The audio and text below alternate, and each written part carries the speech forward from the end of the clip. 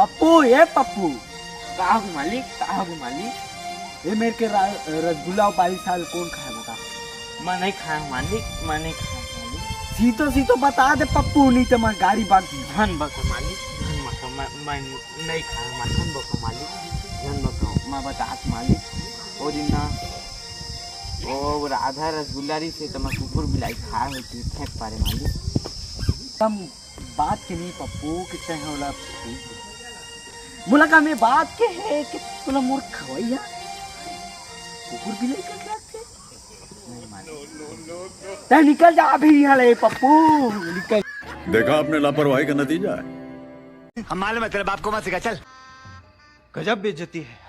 के साथ आज की मजदूरी यहीं खत्म करते हैं। अगर तुम्हें वीडियो पसंद आई तो लाइक मारो यार। मुझे नहीं पता, मुझे 2 मिलियन लाइक्स चाहिए, कैसे ना कैसे करके मुझे चाहिए। तुम लोग नए हो तो सब्सक्राइब करो, वो जो लाल वाला बटन है उस पर फूट फेंक के मारो या फिर मोमबत्ती, मुझे नहीं पता, बस क्लिक हो जाना चाहिए। अब मैं भी जा रहा हूं, मुझे पैसों के पीछे भागना है। बाय।